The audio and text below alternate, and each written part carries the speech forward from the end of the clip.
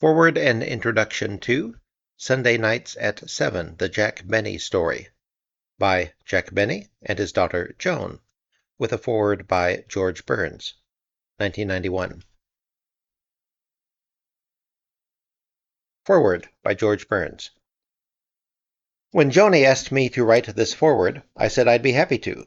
Why wouldn't I be? I knew her when she was on pablum. I bounced her on my knee. I let her grab my nose. I gave her her first cigar. And her father, Benny Kubelski, also known as Ben K. Benny, and later Jack Benny, was my best friend for over 50 years. I was going to say Jack was my closest friend, but you might think I was making another cheap joke about him, and I wouldn't do that to my best friend. Anyway, the whole miser thing was a made-up gimmick to get laughs. The Jack Benny I knew threw his money around. Not far, but he threw it. By now most of you know that Jack Benny was not only my best friend, he was also my best audience. He laughed at everything I said. That might be one reason why he was my best friend. Jack didn't just laugh at things I said. He'd fall down on the floor, on the street, in the men's room, wherever we were.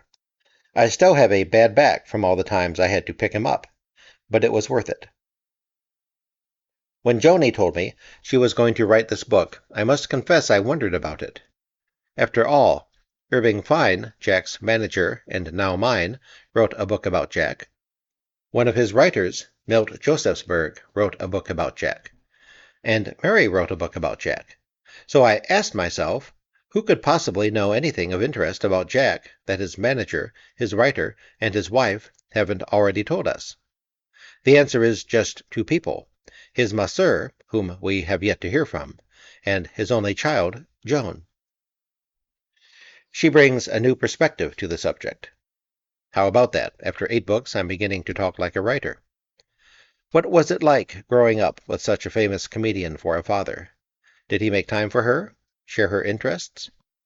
What was the relationship she saw between her parents? Was life in the Benny household all a barrel of laughs? What was Jack like out of the public eye when he let his hair down? That's where Jack and I were different. He would let his hair down. I just took mine off. The point is, Joan Benny was there. She had a front row seat. And most of all, the great pleasure of this book is that so much of it is in Jack's own voice. So the pages that follow should make for interesting reading. I miss Jack. He was a nice man. P.S. Yesterday Joni dropped by to thank me for the foreword, and we had fun together. She couldn't have been more grateful. In fact, she gave me back my cigar. Nice kid. George Burns, January 1990. Introduction. It is perhaps odd to begin a book with an apology, but I must. I must beg pardon for my tardiness and procrastination. This book should have been written long ago. One day in 1984, shortly after my mother passed away, I was sorting through closets and boxes and file cabinets. I came across a strange bundle of papers. At first glance, I thought it was a movie script. Then I realized it was much too thick for that. I started reading and discovered it was a manuscript, an autobiography. Many years before, in the late 1960s, Daddy had mentioned he was writing a book about his life. I remembered the title, I Always Had Shoes, but I had long since forgotten about it. I assumed he had lost interest because he never spoke of it again, and there it was, in the back of a file cabinet, almost 400 pages, a completed book. Why was it never published? I don't really know, at least not for sure. I recall hearing a story that it had indeed been sold to a publisher, but that Daddy bought back the rights because my mother objected to it. She was so offended that he talked about his former girlfriends. It doesn't sound like a good enough reason to me. I mean, he could have just cut out that section, but then I'm only repeating what I heard. Some of the facts here have been told before in magazine articles and in 3 previous Jack Benny biographies, but never in detail and never by his own account. There are some stories even I had not heard before, particularly about his childhood and his early years in vaudeville. I wish I could say my lateness was due to intimidation, having to follow those other books, but that just isn't true. None of them left you with the feeling of really knowing Jack Benny, the whole person. But how do you sell a book about a nice man who lived a nice life? Even his autobiography is nice. People don't buy books about nice. To get it published, let alone sell, it would have to be a tale of hardships, deprivations, and adversity. You know, the tragic clown. It would have to be gossipy, dishy, salacious, and scandalous, or at least one of the above, and my father's life doesn't qualify on any count. He was married only once, and it was, by and large, a happy union that lasted 44 years, until death did them part. Now there may have been an occasional transgression, though he wasn't John F. Kennedy, but if so, he was certainly discreet. He wasn't Gary Hart, and by today's moral standards, that's hardly scandalous. Perhaps worth a little gossip, but not enough to sell a book. He didn't have a drinking problem. He didn't do drugs. As far as I know, he never even tried a joint. Every so often he took a sleeping pill. To my knowledge, he never hit my mother, and, though there were times when I certainly gave him provocation, he never hit or even spanked me. Actually, considering his profession, he was a terrific father.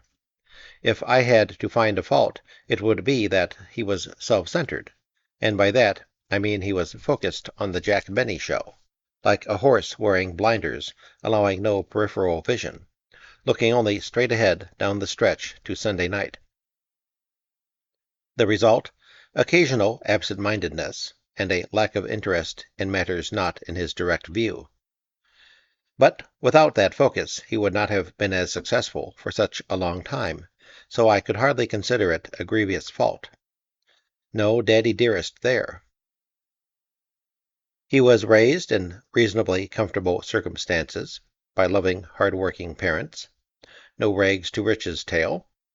From the time he left home at age 18 to begin a career in vaudeville, he climbed up the show business ladder rung by rung to stardom.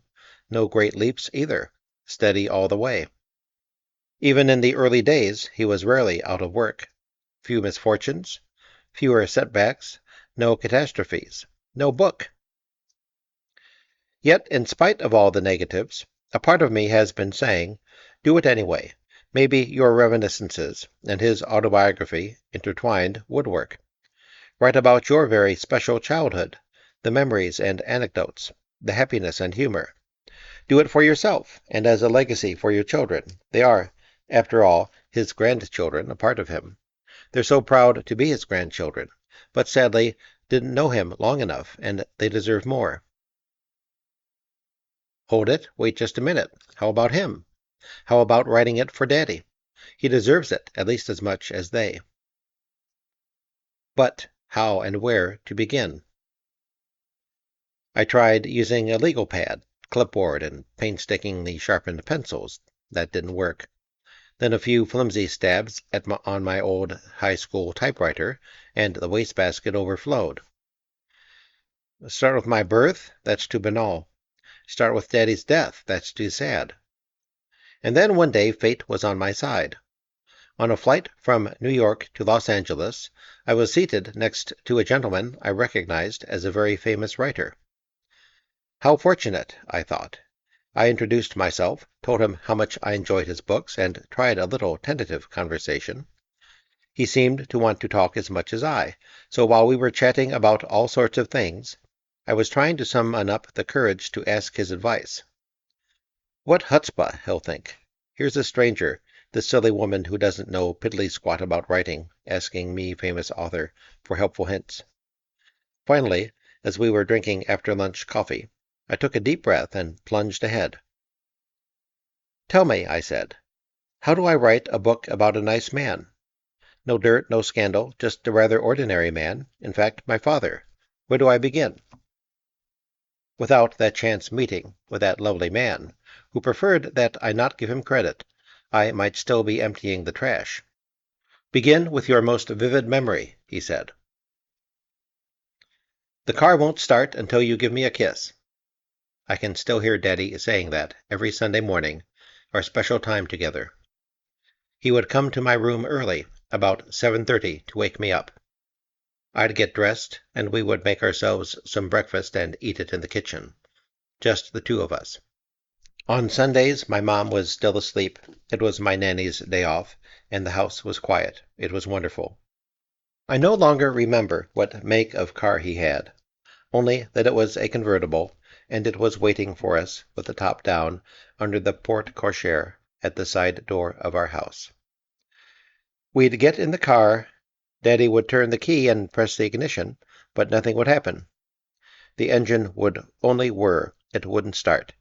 Then he would push and pull every button on the dashboard, twist all the knobs, and pump the accelerator, but still the motor wouldn't budge.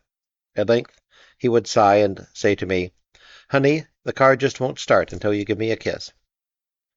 So I did, it did, and off we went. For a long time I believed there was some kind of scientific connection between kissing and car starting. Our routine never varied. We drove to Malibu Beach, taking the long way, Sunset Boulevard. Daddy was not a very good, certainly not an observant driver, and this was probably the only route he knew on which he couldn't get lost. The drive took about an hour, curving its way around Holmby Hills, Bel Air, Westwood, Brentwood, Pacific Palisades, Santa Monica, and finally turning north on the coast highway to Malibu. The morning fog curled into the open car, and it got warmer and warmer as the sun cut the haze. Daddy would park near the ocean.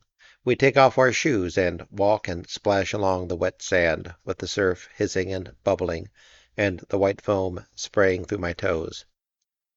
He would tell me all about the radio show he was going to rehearse and broadcast that afternoon. He would describe the guest star, tell me some of the jokes, and ask if I thought they were funny.